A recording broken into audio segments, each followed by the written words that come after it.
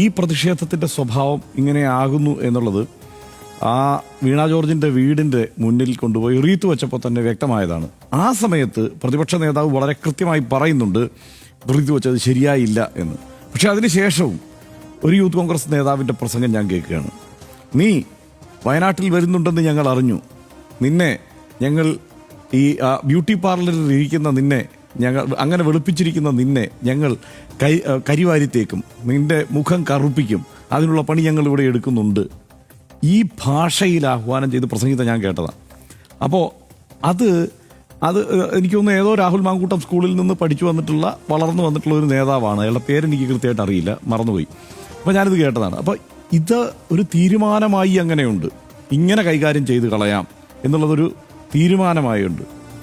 അങ്ങനെയാണ് വീണ ജോർജ് ഈ കണ്ണൂർ റെയിൽവേ സ്റ്റേഷനിൽ എത്തുമ്പോൾ ഈ പ്രതിഷേധം അവിടെ ഉണ്ടാകുന്നത്. പക്ഷേ ഈ പ്രതിഷേധത്തിൻ്റെ സ്വഭാവം ഞാൻ നേരത്തെ പറഞ്ഞതുപോലെ ഒരു വനിതാ മന്ത്രി എന്നല്ല, ഒരു വനിത, അവർക്കെതിരെയാണ് ഈ പ്രതിഷേധം സംഘടിപ്പിക്കുന്നത്. അതിനൊരു പാകതയും പക്വതയും വേണമെന്ന് ആലോചിക്കേണ്ടത് KSU നേതൃത്വമാണ്. അവിടേക്ക് ഇരമ്പി അടുക്കുകയാണ് മുദ്രാവാക്യം വിളിച്ചുകൊണ്ട്. ഇനി ചുറ്റും നിൽക്കുന്ന പോലീസുകാരെ ഞാൻ ശ്രദ്ധിക്കുന്നുണ്ട്. ഈ പോലീസുകാർ പുരുഷ പോലീസുകാരാണ് മന്ത്രിയെ പിടിച്ചിരിക്കുന്നത്. ഇങ്ങനെ പുരുഷ പോലീസുകാരാണ് മന്ത്രിയെ ഈ തോളിൽ ഇങ്ങനെ പിടിച്ചു നിർത്തിയിരിക്കുന്ന പുരുഷ പോലീസുകാരാണ്. അത് ഈ ഒരു കൂട്ടപ്പൊരിച്ചിലിനിടയിൽ അങ്ങനെ പ്രൊട്ടക്റ്റ് ചെയ്യേണ്ട ഒരു സാഹചര്യം ഉണ്ടായാൽ ഒരു സംശയവും വേണ്ട, പരുക്കേൽക്കും എന്നുള്ള കാര്യത്തിൽ. പക്ഷേ ഞാൻ പൊന്നിത്തങ്കത്തിന് കണ്ണൂർ പോയിട്ട് തിരിച്ച് ട്രെയിനിൽ വരുമ്പോൾ ഇടയ്ക്ക് ട്രെയിനൊന്ന് ബ്രേക്ക് ചെയ്തു. ഞാൻ മുകളിൽ ബർത്തിലിരിക്കുകയാണ്. അപ്പോൾ ഉളുക്കിയതാണ്. എനിക്കിപ്പോഴും വേദന മാറിയിട്ടില്ല. അതായത് ഒരു പരിക്കേൽക്കാൻ ഇത്തരം ഒരു കൂട്ടപ്പൊരിച്ചിലോ ഇത്തരം ഒരു ചെറിയൊരു സംഗതിക്കകത്തോ ചെന്ന് പെട്ടാൽ മതി. അതായത് അത് മാത്രമല്ല, ഒരു സംഘർഷമല്ലേ, അത് ഒരു സംഘർഷമാണ്. നമ്മൾ ബ്രേക്ക് പിടിക്കുന്ന പോലെ അല്ലല്ലോ ഇത്. ഒരു സംഘർഷത്തിനുള്ളിലാണ് ചെന്ന് പെട്ടിരിക്കുന്നത്. അവിടെ ഇത് മാത്രമല്ല, മാനസികമായി എത്ര വലിയ സമ്മർദ്ദത്തിലേക്ക് പോകും അവർ. തിരിച്ച് അവർ ചോദ്യം ചെയ്യുമ്പോൾ അത് ആക്രോശിച്ചു എന്ന് പറയുന്ന ഈ മാധ്യമപ്രവർത്തകരുണ്ടല്ലോ, ഈ മാധ്യമപ്രവർത്തകർ ഇവന്മാർ ഈ ആക്രമണം തുടങ്ങിയിട്ട് കുറേ കാലമായി. ആ കാര്യത്തിൽ ഒരു സംശയവും വേണ്ട.